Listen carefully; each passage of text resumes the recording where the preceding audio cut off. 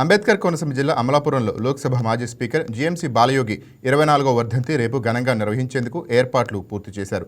అమలాపురంలోని బాలయోగి ఘాట్ వద్ద ఆయన కుమారుడు ఎంపీ గట్టి హరీష్ మాథూర్ దగ్గరుండి ఏర్పాట్లను పూర్తి చేశారు. ఈ కార్యక్రమానికి రాష్ట్ర నలుమూలల నుంచి పలువురు రాజకీయ ప్రముఖులు, అభిమానులు హాజరు కానున్నారు. ఈ సందర్భంగా వైకే టీవీతో బాలయోగి స్నేహితులు, అభిమానులు ఆయన జ్ఞాపకాలను గుర్తు చేసుకున్నారు.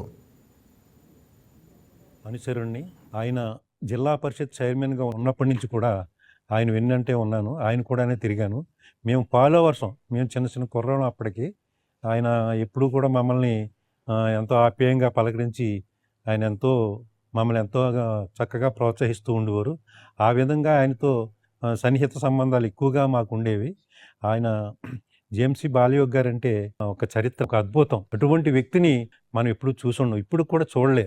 ఎందుకంటే ఆయన రాజకీయాలకు వచ్చింది అభివృద్ధి పరచాలని, అభివృద్ధి ధ్యేయంగా పనిచేసిన మనిషి జీఎంసీ బాలయోగి గారు. నైతిక విలువల విషయంలో బాలయోగి గారు మొట్టమొదటి వ్యక్తి బాలయోగి గారు అని ఈ సందర్భంగా తెలియజేస్తారు. మాజీ లోక్సభ స్పీకర్ జీఎంసీ బాలయోగి గారి 24వ వర్ధంతి రేపు జరుపుకోబోతున్నాం. చివరి క్షణం వరకు ప్రజల్లోనే ఉండి ప్రజల కోసమే పోరాడిన వ్యక్తి జీఎంసీ బాలయోగి గారు. వారి పేరు వర్ధంతికి, జయంతికి తలంచుకుంటుంటేనే చాలా బాధాకరమైన విషయం. చివరి రోజు అందరం తణుకులో కళ్యాణ మండపం శంకుస్థాపనకి అందరూ వారితో కలిసి భోజనం చేయడం, అదే చివరి రోజు. ఒక దళిత సభ్యుడు లోక్సభ స్పీకర్ అయ్యారంటే అందరూ కూడా గర్వించదగ్గ విషయం. లేటు ఎవరు కూడా తీర్చలేనిది. అది ఆ రోజు నుంచి ఈ రోజు వరకు కూడా ఆయన లేని లోటు మనందరికి కూడా కనిపిస్తా ఉంది. ఈ రోజు ఈ పరిస్థితిలో ఉన్నాం మేము, కానీ ఆయన ఉంటే ఇంకో విధంగా రాజకీయంగా అభివృద్ధి పదంలో ముందుకెళ్లే వాళ్ళమని ఆశపడ్డాం. కానీ ఆయన పనిచేసిన సంవత్సరం కాలం వరకే మాకు రుణం అనేది ఉందేమో అనిపించింది.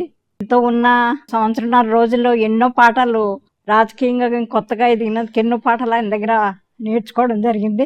మరి 24వ వర్ధంతి కార్యక్రమాన్ని ఇలా రాష్ట్ర వ్యాప్తంగా కూడా ఘనంగా జరుపుకుంటున్నారు. దేశంలో కూడా జరుపుతున్నారు. అంటే బాలయోగి గారు చేసినటువంటి అభివృద్ధి కార్యక్రమాలు, సంక్షేమ కార్యక్రమం అయితే చాలా చక్కగా మా ముమ్మడోరు నియోజకవర్గం అయితే మన యానం వీధుల బ్రిడ్జి కానివ్వండి, మంచినీళ్ళు ప్రాజెక్టులు కానివ్వండి, రోడ్లు కానివ్వండి, అదేవిధంగా అనేక రహదారులు కూడా ఏర్పాటు చేయడం కూడా జరిగింది. అలాగే రాష్ట్ర వ్యాప్తంగా కూడా బ్రహ్మాండంగా ప్రతి నియోజకవర్గాన్ని, ప్రతి జిల్లాలు కూడా బ్రహ్మాండంగా చేసిన వ్యక్తి మన స్వర్గీయ జీఎంసీ బాలయోగి గారు. జీఎంసీ బాలయోగి గారితో నేను చాలా చనువుగా ఉన్నాను. నా రుణం మనం తీర్చుకోలేము. అయితే మేమంత దురదృష్టవంతులు. ఇక్కడ అనేకమైనటువంటి ప్రాజెక్టులు తయారు చేసి అనేకమైనటువంటి కార్యక్రమాలు ఇక్కడ కూడా మన ఏటుకొట్టును కూడా ఆధునీకరించాలని చూశారు వాళ్ళంతా కూడా. అనుకోని రీతిగా ఆయన హెలికాప్టర్ మరణంలో మరణించడం మాకందరికీ చాలా బాధాకరం. బాలయోగి గారు అయితే ఆయన స్పీకర్గా చేశారు, మరి మా మంత్రిగా చేశారు, అనేక పార్లమెంట్ చేశారు, జిల్లా పరిషత్ చేశారు. అన్ని అనుభవం ఉన్నటువంటి వ్యక్తి స్వర్గీయ బాలయోగి గారు. ఆయన తనయుడు మరి మొన్ననే ఆయన ఎంపీగా అయ్యారు. ఆయన కూడా చక్కని వ్యక్తే. బాలయోగి గారు ఏ ఆశయాలు ఉన్నాయో ఆ ఆశయాల్ని తోచా తప్పకుండా పాటించాలనే ఉద్దేశంతో ఆయన కూడా చక్కగా పనిచేస్తున్నారు. ఆయన కూడా చేస్తారని మేము అందరూ ఆశిస్తున్నాం. ఆయన కూడా కేంద్రంలో మంచి పదవి రావాలని, మంత్రివర్గంలో ఆయన చేర్చాలని మేమందరూ కోరుకుంటూ ఈ రాష్ట్రంలో కానీ ఈ పార్లమెంట్ ఏరియాలో కూడా అదే కాంక్షలో అందరూ పనిచేస్తున్నాం. మన కీర్తి జేషులు మాజీ లోక్సభ స్పీకర్ మోహన్ చంద్ర బాలయోగి గారు 24వ వర్ధంతి సందర్భంగా ఆయనకి నివాళులర్పిస్తూ, బాలయోగి గారు అంటే ఆయన పార్లమెంటు సభ్యులైన నిజమైన కార్యకర్తలని కేకేసి పలకరించే వ్యక్తి ఎవరో ఉన్నారంటే బాలయోగి గారిని చెప్పుకోవాలి. ఇప్పటికీ ఆయన అంటే నాకు అభిమానం. ఈ రోజు కూడా నాకు అభిమానం. ఆయన అంటేను బాలయోగి గారు అంటే మామూలు చూసి కేకేసేవాడు. ఆయన అసెంబ్లీ జిల్లా పరిషత్ చైర్మన్ అయినా, శాసనసభ్యుడైనా, విద్యాశాఖ మంత్రి, ఎటువంటి దాంట్లో కూడా ఆయన ఈ రోజు కూడా ఎంపీ అయినా పలకరించి, పేరెట్టి పలకరించి ఏకైక వ్యక్తి బాలయోగి గారు. నేను సుమారు 96 సంవత్సరం నుంచి కూడా నాకు బాగా దగ్గర పరిచయం. 89 నుంచి నేను రాజకీయాల్లో ఉన్నా కానీ 96 వర్షంలో 96 కానీ నుంచి అక్కడి నుంచి బాగా నేను ఆయనతో ఇదిగా ఉండి, ఆయన ఎక్కడికి వెళ్ళినా నన్ను ఆయన కారెక్కించి తీసుకెళ్లేవారు కూడా. 2 రోజులైనా 3 రోజులైనా కూడా అలా తిరిగేవాళ్ళు. నాయకుడు అంటే ఒక అప్పుడు రాజకీయం అంటే, విలువలు అంటే అటువంటి నాయకులను చూసాం.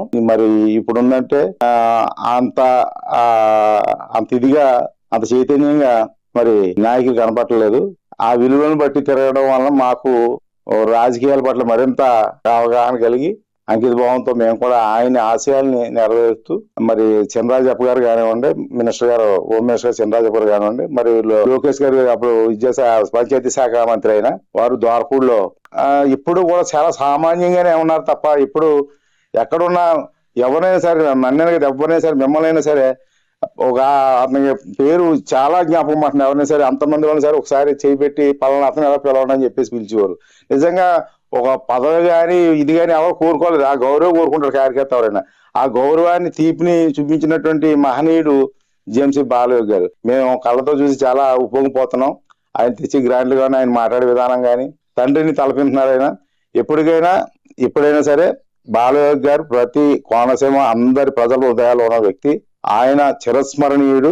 ఆయన అడుగుజాడల్లో ఆయన ఇచ్చిన మార్గదర్శనాన్ని మేము పాటిస్తూ ఎవరికి వెళ్తాం. అదే రకంగా ఆయన పేరు మీద కూడా మేము చేసిన కరోనా సేవల్లో ఆయన పేరు మీద చేసిన జిఎంసి బాలయోగి చారిటబుల్ సొసైటీ అని అది ఎంతో మరి రాష్ట్ర వ్యాప్తంగా మొత్తం దేశవ్యాప్తంగా కూడా ఆయన పేరు పెట్టుకుని ఆయన పేరు పెట్టి కార్యక్రమం చేసేందుకు చాలా సంతృప్తి చెందాం.